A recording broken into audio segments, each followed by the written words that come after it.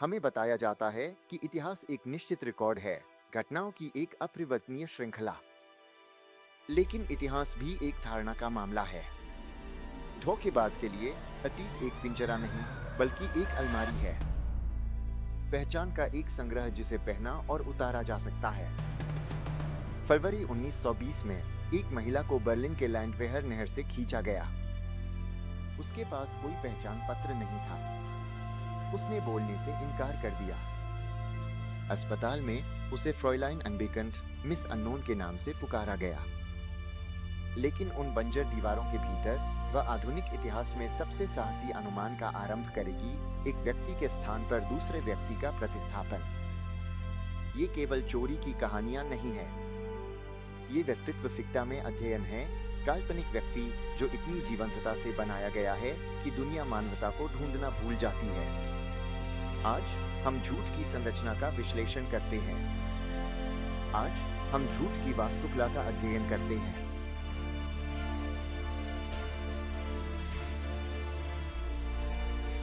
Princess के Berlin में उभरने के 40 साल बाद न्यूयॉर्क में एक 16 वर्षीय युवक फ्रैंक अबाग्नेल जूनियर ने महसूस किया कि दुनिया लोगों को नहीं देखती या वर्दियों को देखती है।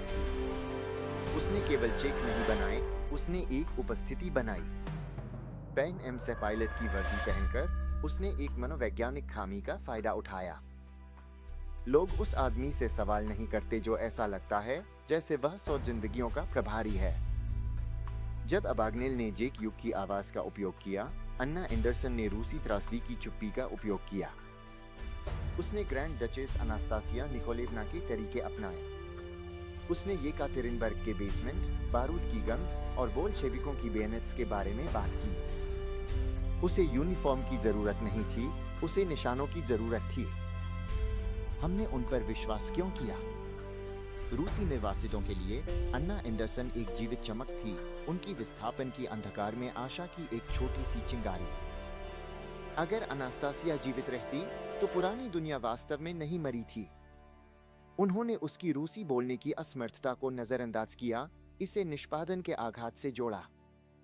उनका दुख उसका सबसे बड़ा साथी था। अबाग्नेल का दर्शक वर्ग अलग था। उसने फिडेस पब्लिका का लाभ उठाया, एक उभरते हुए युद्ध के बाद के अमेरिका का जनता का विश्वास। डिजिटल सत्यापन से पहले के युग में एक आत्मविश्वासी मुस्कान और एक विश्वसनीय लेटरहेड सोने के समान थे। वह एफबीआई से आगे रहा, हवा में चलते हुए, एक पायलट की टोपी पहने एक भूत की तरह। लेकिन हर झूठ की एक अवधि होती है। 1969 में फ्रांसीसी पुलिस ने अबाग्नेल को पकड़ लिया। उच्च उड़ान भरने वाले पायलट की ग्लैमरस जिंदगी पैरपिन्या की नम, बिना रोशनी की कोशिकाओं में समाप्त हो गई। अन्ना एंडरसन के लिए अंत धीमा और अधिक चिकित्सकीय था। वह 1984 में मरी, अभी भी अपने शाही जन्मसिद्ध अधिकार का दावा करते हुए। लेकिन 1994 में सच अंततः उसकी कोशिकाओं से निकाला गया, एक ऊतक के नमूने से माइटोकॉन्ड्रियल डीएनए का उपयोग करते हुए, और इसे प्रिंस फिलिप, एडिनबर्ग के ड्यूक, जो त्सारिना की बहन का वंशज है, से तुलना करते हुए निर्णय स्पष्ट था। अन्ना एंडरसन रोमानोव नहीं थी, वह फ्रांजिस्का शांस्कोव्स्का थी, एक पोलिश फैक्ट्री श्रमिक जिसकी मानसिक टूटन का इतिहास था। सत्य, वस्तुनिष्ठ सत्य, आखिरकार मिथक के साथ मिल गया। जब मास्क हटा दिया जाता है तो क्या बचता है? अबाग्नेल ने अपने तरीके को एक करियर में बदल दिया और बैंक धोखाधड़ी पर दुनिया के प्रमुख विशेषज्ञों में से एक बन गए। उसने अपने धोखे के कौशल का उपयोग उन संस्थानों की रक्षा के लिए किया जिन्हें उसने कभी लूट लिया था। अन्ना एंडरसन हालांकि एक अंधेरा विरासत छोड़ गई। उसने हमें दिखाया कि हम अक्सर एक खूबसूरत झूठ को एक दुखद सच पर प्राथमिकता देते हैं। हम चाहते थे कि राजकुमारी इतनी बुरी तरह से जीवित रहे कि हमने 60 वर्षों तक हमारे सामने मौजूद भौतिक साक्ष्यों की अनदेखी की। इतिहास उस चीज का रिकॉर्ड है जो हुई, लेकिन धोखेबाजों की कहानियां हमें याद दिलाती हैं कि इतिहास यह भी है कि हम क्या होना चाहते थे।